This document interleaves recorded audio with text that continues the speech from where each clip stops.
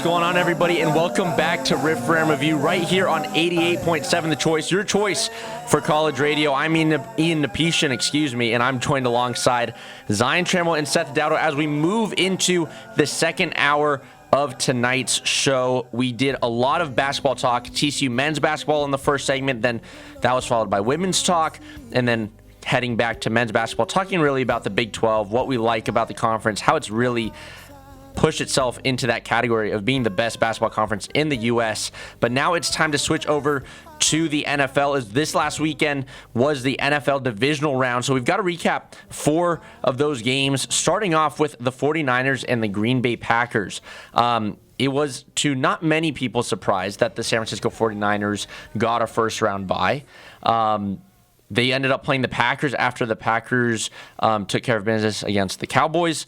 I know you guys definitely don't want to talk about that. We'll do it later. Yeah, we'll do it later. But Niners beat the Packers 24-21.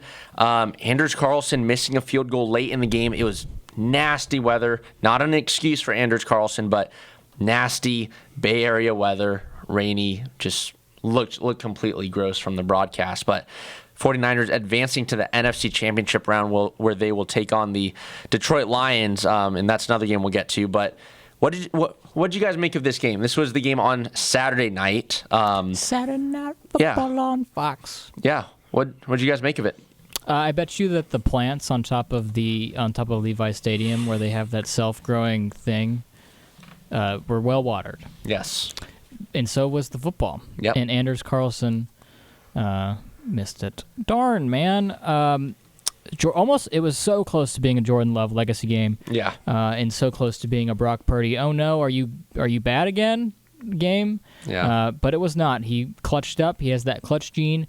And, 49ers, Kyle Shanahan, he's good. He's a good coach. Good coach. If he can make Brock Purdy, the same Brock Purdy that threw a 360 pick six against these TCU Horned Frogs in 2020, bring him to 2 consecutive conference championship games, he can do about just anything. Yep. Yeah, that was a pretty good win for the 49ers. I had a feeling that game was going to be a lot closer than people expected, especially because of the weather and the way that Green Bay played against Dallas. I didn't really think that was just a fluke. I think they had a good style and a good recipe for success, and that's mainly because Aaron Jones is healthy. Yep. He had 18 carries for 108 yards. The Niners gave up a 100-yard rusher. That hasn't happened in a very long time, and that was pretty impressive by Green Bay.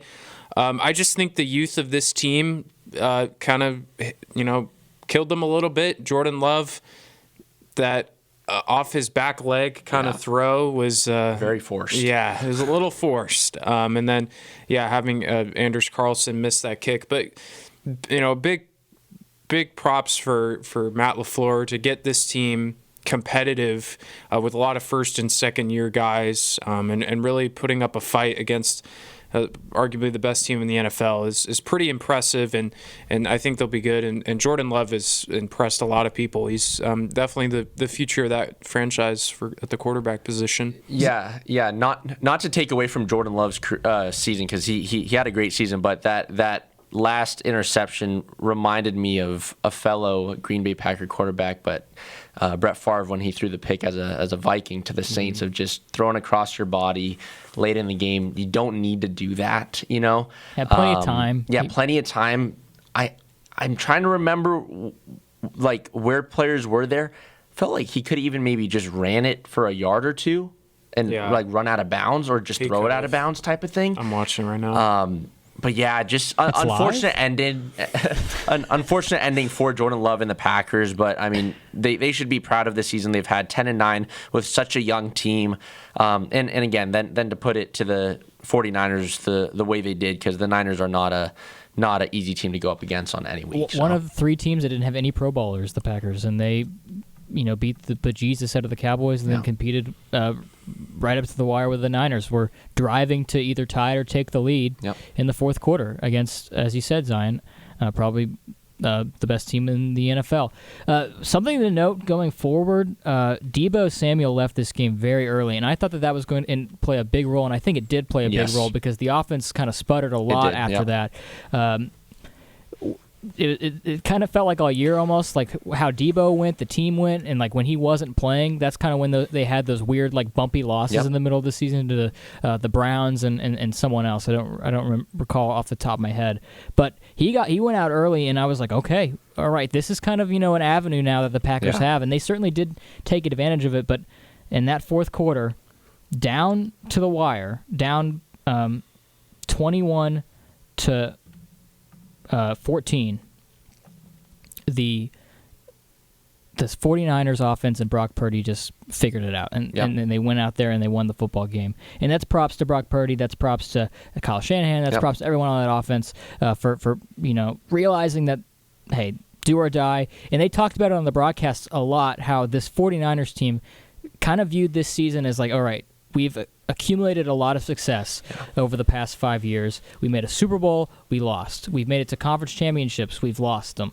And now, this is the team where it feels like everything is built up to this, to where like a very well-oiled machine, and like it's kind of do or die. And for a long time there, it was like, oh my gosh, are they going to squander another opportunity?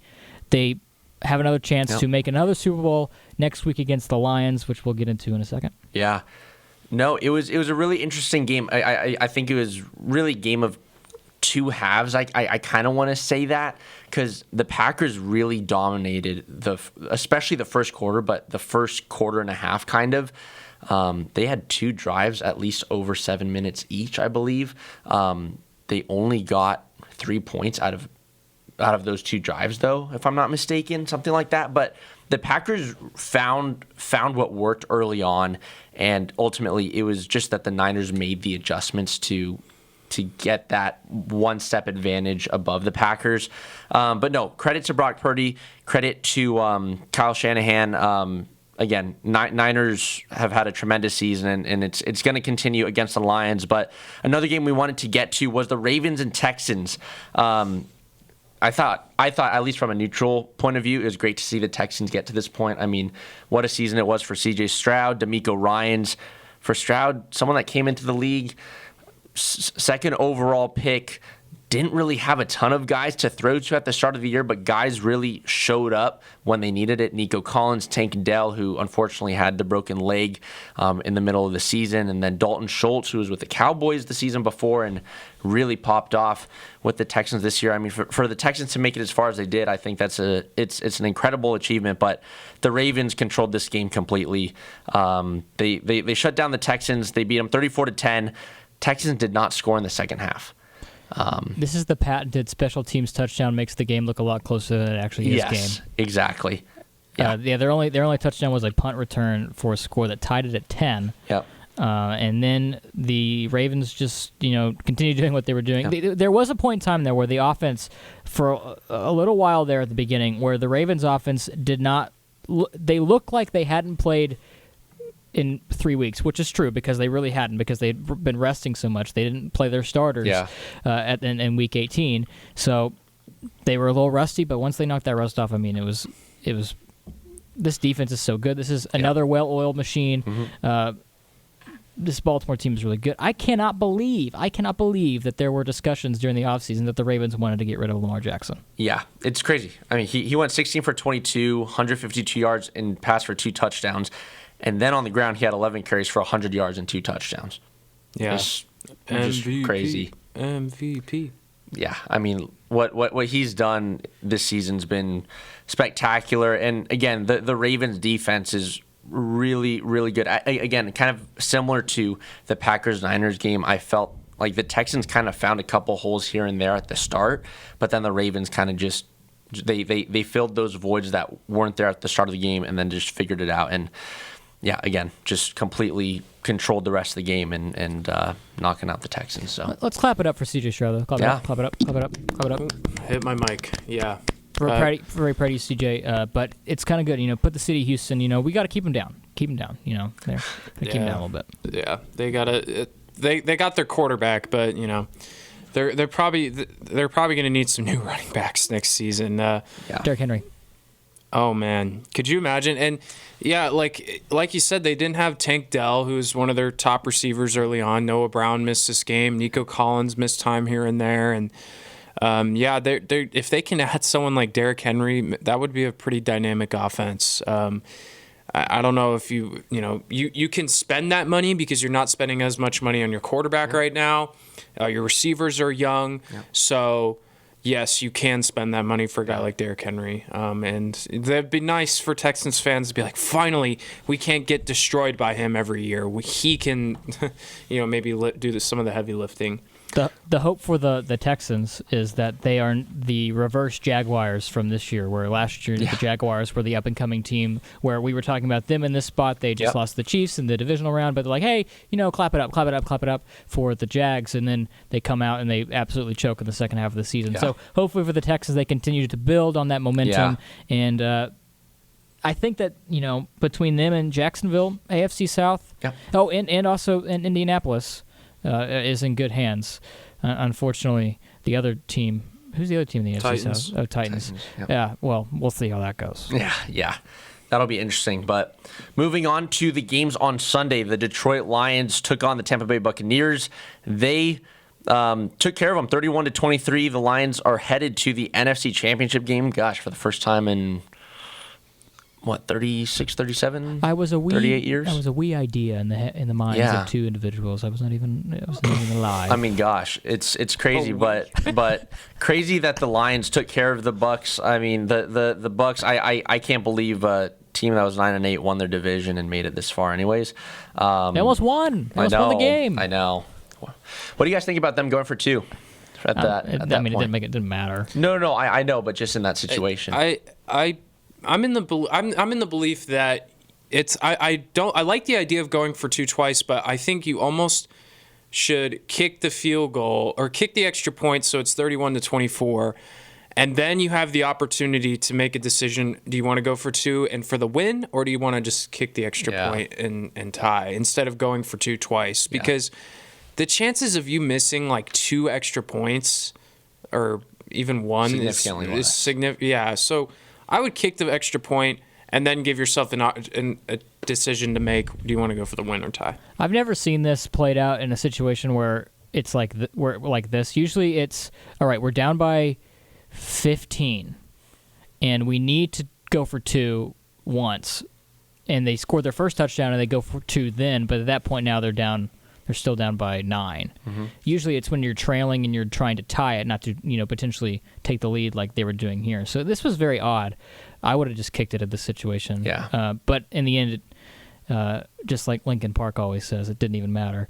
But I have always enjoyed Baker Mayfield's style of just reckless abandon. Yep. And we got to see that on full display. You always get to see the best and the worst of Baker, and usually the span of about 10 minutes. Yep. And we saw that today. We saw that. It was great, but I feel like for all the people that were saying, and we've gotten vindication on this a lot throughout the year, but why would the Lions draft a running back in the first round? Yeah. They already have one. Well, Jahmyr Gibbs is pretty cool, and he's pretty awesome, and he had some runs in this game that proved all those people wrong. Yeah. And now look at y'all. The Lions are in the conference championship game. I was one of those people.